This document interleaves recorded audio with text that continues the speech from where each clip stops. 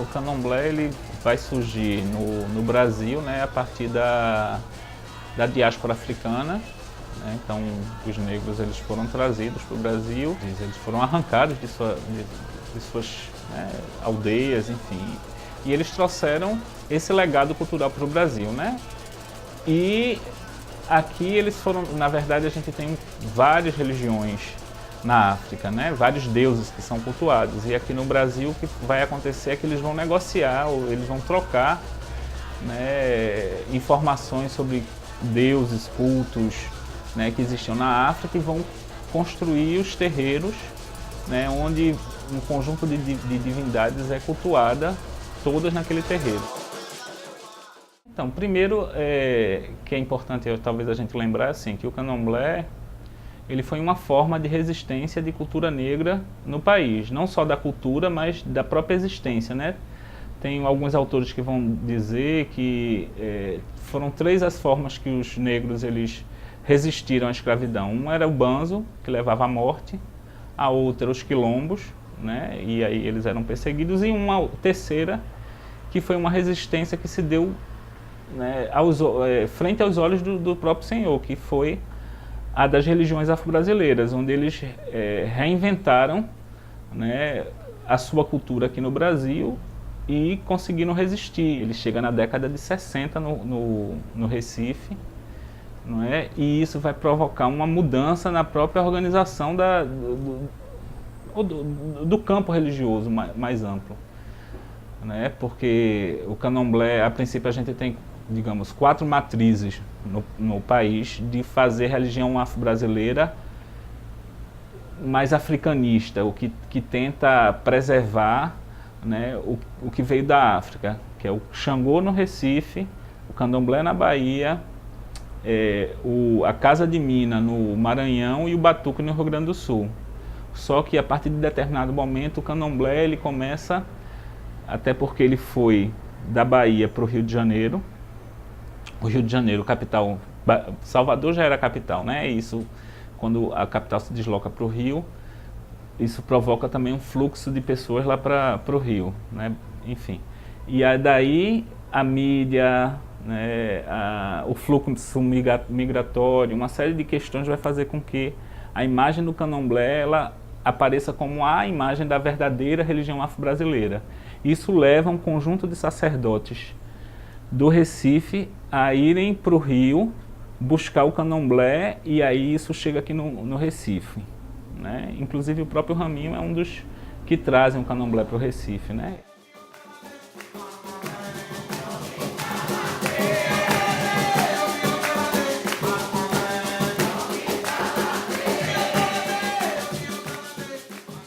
O mito vai trazendo. Você tem alguns orixás que se pensam que são efemerizados, ou seja, que se pensa que foram pessoas que fizeram grandes feitos e por isso foram divinizados, que também é outro procedimento comum às religiões pré-cristãs.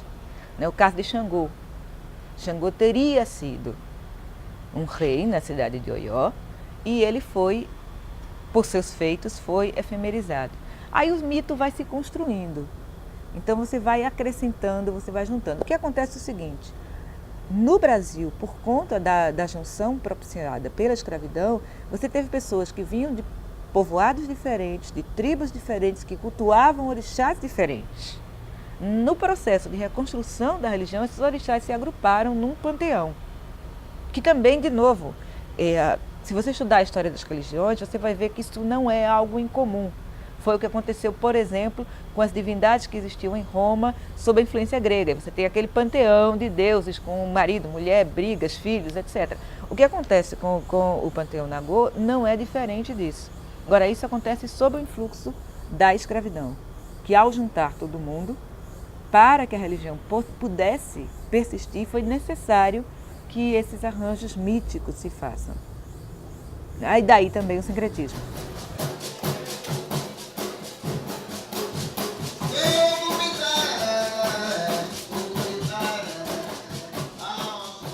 A tradição, ela é sempre inventada, tá certo? Então, o que é a tradição? A tradição é você pensar alguns elementos de um modo de fazer e você dizer, esses aqui são a nossa identidade. E aí você... Tá? Então, acontece que muda, sim, você mudou, por exemplo, a roça mudou, a cidade chegou, onde você tinha espaço para ter as tais árvores sagradas, você já não tem. O modo de fazer mudou, onde você, para preparar um homolocu, você ficava horas lá batendo, não sei o que, você usa o liquidificador, tá certo? Você hoje usa muita coisa sintética. Então, cada vez mais, para sair um orixá, vocês viram na festa, tem muito brilho, tem muita coisa, muito paetê, tá certo? Você não tem preocupação se aquilo é descartável ou não. Então, muita coisa muda, porém, o que faz o candomblé é a entrega a uma divindade, a entrega que acontece dentro da camarinha. E o que acontece dentro da camarinha, ele reduziu o período, mas ele não mudou. Há hoje uma outra questão sobre isso, que é o seguinte, a entrada de pessoas no candomblé que vêm de outra origem.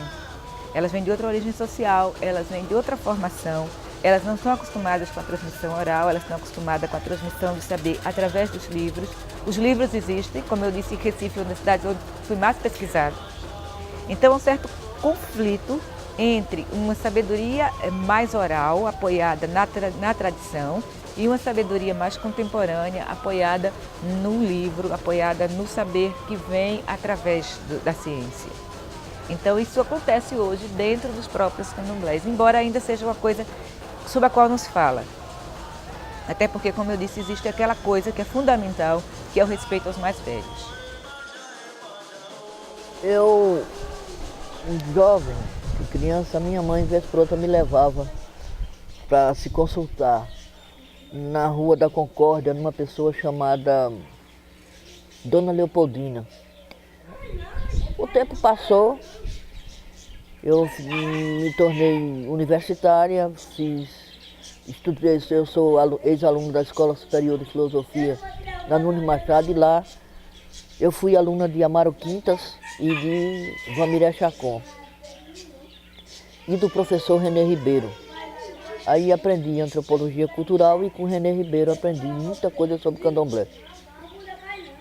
Quando eu tive que escolher um ramo da história, eu escolhi a história da igreja. Aí aprendi muito mais coisas ainda.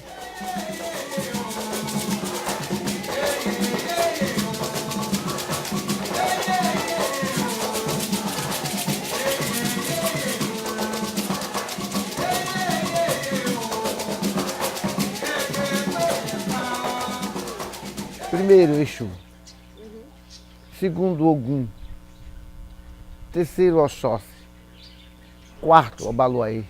Quinto, Nanã. Sexto, Oxumaré. Sétimo, Oxum. Oitavo, Emanjá. Depois Xangô. Depois Iansã. Depois Oxalá.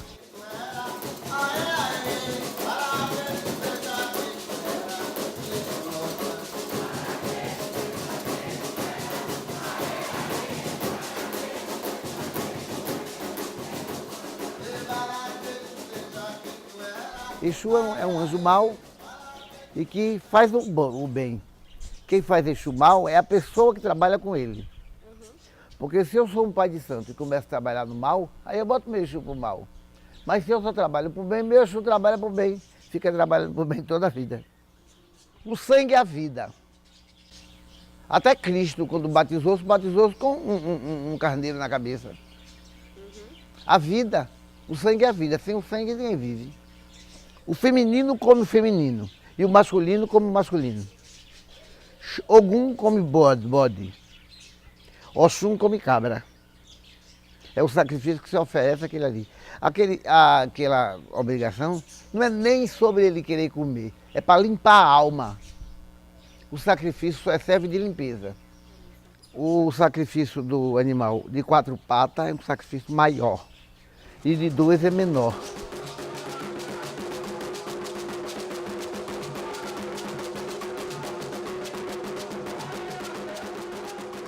Uma pessoa, quando se inicia, ela perde aquela identidade. Quando se inicia, quer dizer, nascer para o orixá.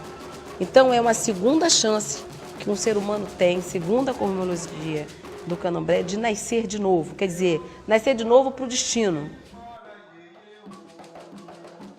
A gente se prepara primeiro para poder receber. Tem de 7 dias, tem de 14, tem de 21 e tem de 36. Nem todo mundo está com o corpo pronto para aquilo ali.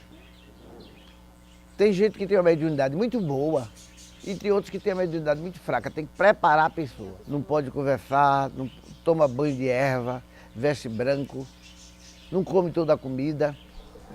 Tem que ficar todo preparado. O transe é quando você está preparado, que a entidade sabe quando você está preparado, a entidade entra no seu corpo. Que a gente não sabe quando vai receber. Se eu estou atuado com uma entidade feminina, ela tem que me mudar, não pode ser igual, né? E quando a entidade entra, você muda todo.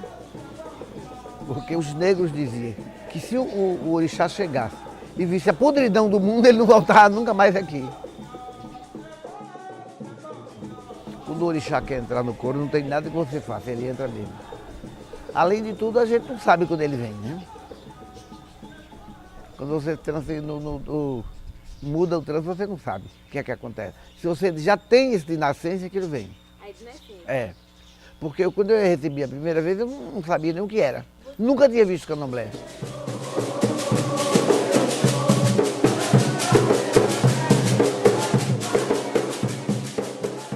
Todo Ogã, ele passa por um preceito religioso que ele aprende desde do cantar até a execução, que são os sons que a gente faz para os orixás.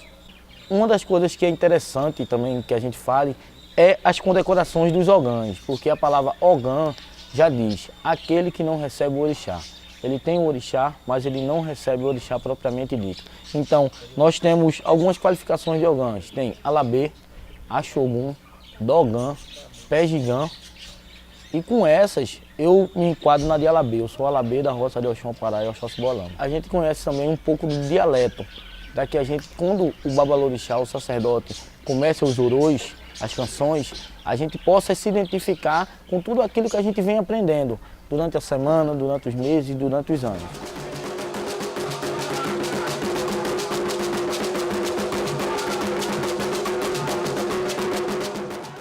Os atabaques é como qualquer coisa que se toca. Daí tem o batismo do atabaque para preparar o atabaque para tocar aqueles toques africanos. Porque elas dividem as quantidades do tempo que ela tem de santo. Cada uma uma idade diferente, aí bota de um jeito diferente. Não tem marcação. Aquele colar só significa a marcação do anjo de guarda da pessoa. Vermelho e branco é de Xangô, azul marinho é de Ogum, azul claro é de Oxóssi, amarela é de Oxum, vermelha é de Ansan. As folhas é para o batismo. Para você se preparar do santo, você toma banho de erva, que é para poder se limpar. Numa dessas andanças pela vida, eu conheci Raminho, mas dançando num clube de periferia no princípio da década de 60. Nós fizemos amizade, começamos uma amizade pessoal, nos tratávamos muito bem, nos respeitávamos muito bem. Até que eu tive um desacerto muito grande no lugar onde eu trabalhava, uma coisa gravíssima, e eu passei um pedaço ruim. Ele aí me disse, eu vou levar você para minha casa e vou lhe consertar. E me trouxe. E aqui estou eu. Com o mesmo critério de respeito, de afeição, porque eu não pertenço ao candomblé. Eu sempre digo isso às pessoas que me perguntam. Eu não pertenço ao candomblé porque eu procurei o candomblé. O candomblé foi quem me achou.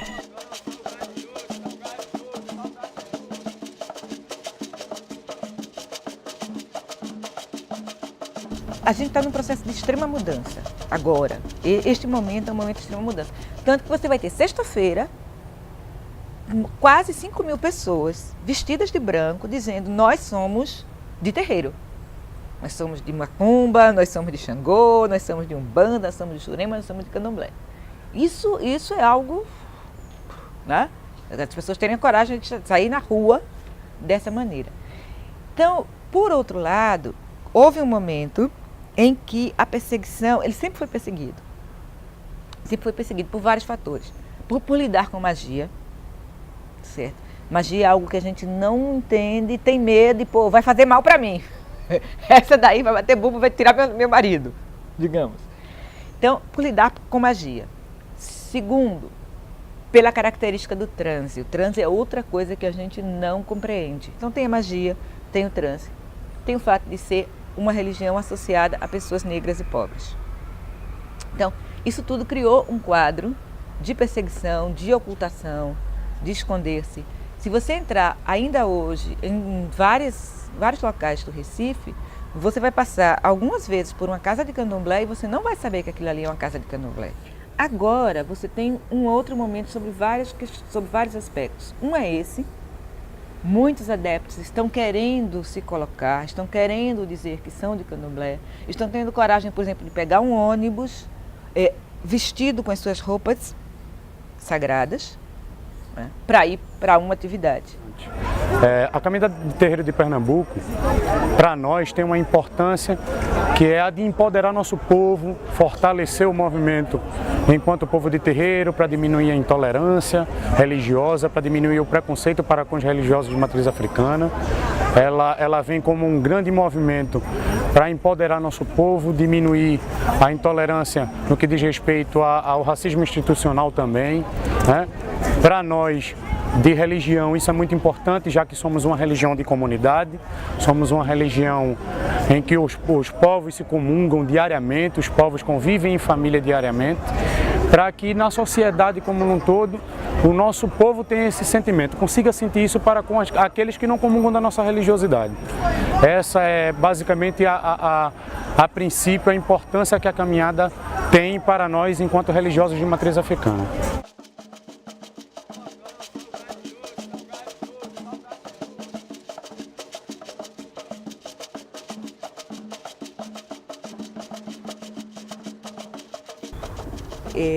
Aí cabe um processo educativo para a sociedade como um todo, para aprender a viver com diferenças.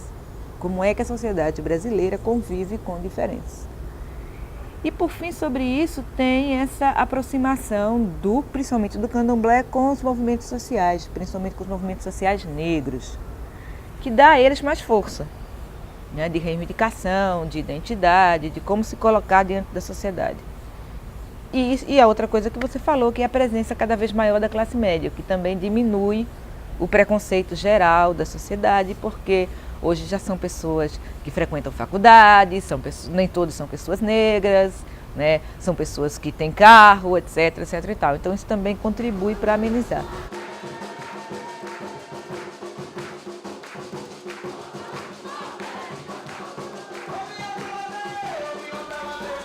Desde pequenininha que eu sou daqui. Eu, meus filhos, meu neto agora Raí, que já tem 7 anos, já confirmou, já é algum alabê da santa dele. Essa paixão já vem dos meus pais, não é isso? Minha mãe é do candomblé, que começou junto com meu pai, que é Raminho do Oxóssi, que é tio, mas como ele me pegou, é meu tio, meu pai de santo, meu compadre e o meu amigo. Tá entendendo? Então a paixão já é genérica, já veio no sangue, já é de família.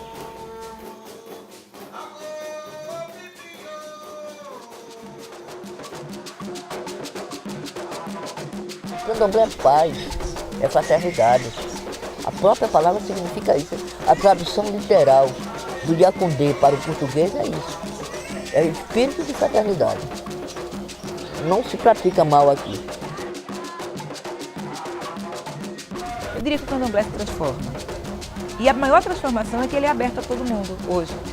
Ele não é mais uma religião apenas de pessoas negras e pobres.